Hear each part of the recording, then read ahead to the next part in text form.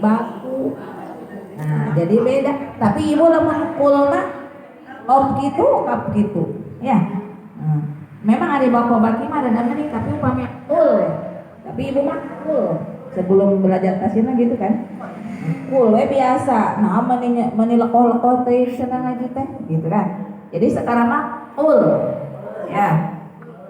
Jadi lanjut. Tadi baru ke iya. Sekarang ke i. Itu ada h di bawah tembok.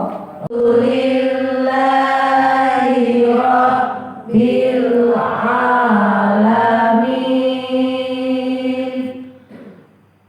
ar-rahmanir rahim maliki yaumiddin. Naik. Iyyaka na'budu wa iyyaka nasta'in.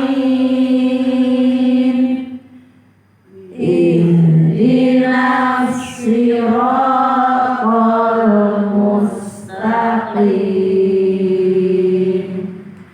Siratal ladzina an'amta 'alaihim ghairil maghdubi 'alaihim waladdallin.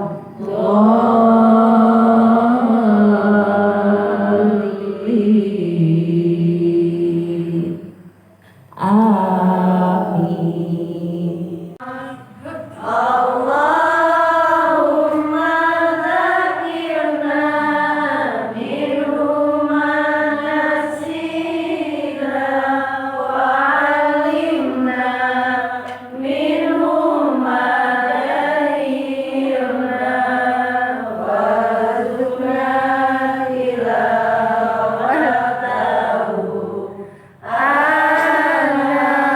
al-laili wa atrafan nahar waj'alhu lana hujjatan ya rabbal alamin.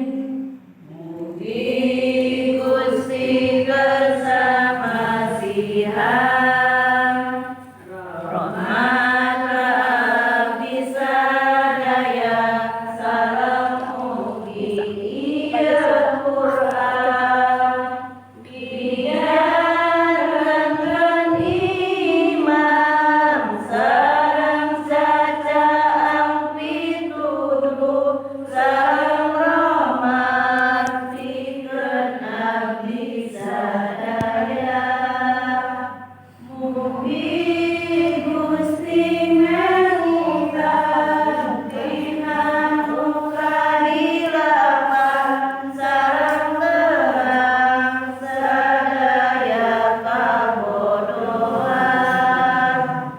Mugi Gusti ngarizkian ka abdi sadaya mutiasa ngaosana Al-Qur'an dina tengah bumi sareng enjing-enjing sareng pasosonten. Mugi dijantenkeun hujjah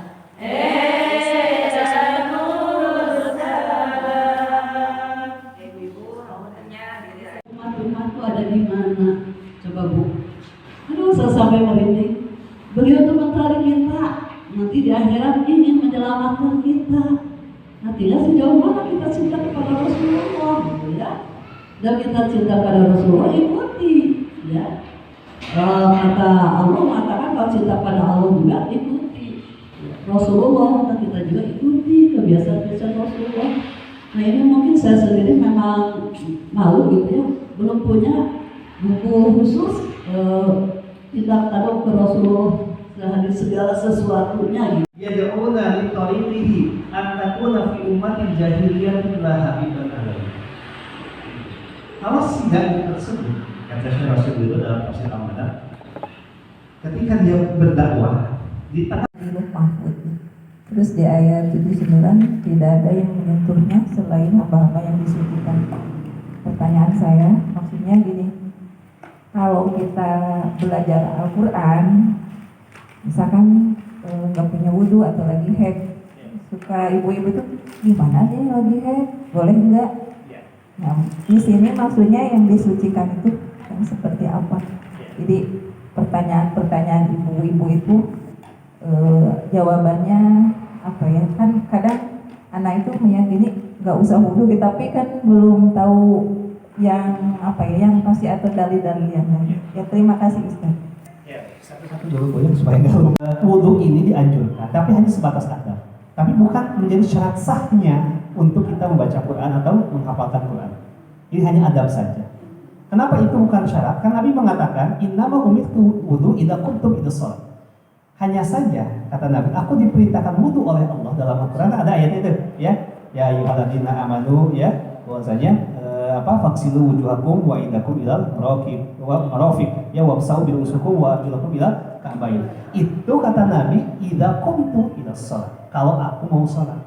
Di situ ada kalimat innama, Bu. Innama itu menunjukkan kalimat adatul hasr, kalimat pembatas. Kalau bahasa kita gitu, hanya saja ya wudu itu untuk sholat, bahasa gampangnya gitu. Itu adatul hasr. Sehingga wudu itu kalaupun di luar sholat itu hanya sebatas anjuran yang tidak diwajibkan. Kalau mau enggak, kalau tidak pun tidak jadi masalah, gitu kan? Ya ini yang pertama ya Bu ya. Jadi dalilnya sabda Nabi, innama umirtu wudu'a idza qumtu ila shalah. Kemudian yang kedua terkait dengan kontekstualisasi ayat.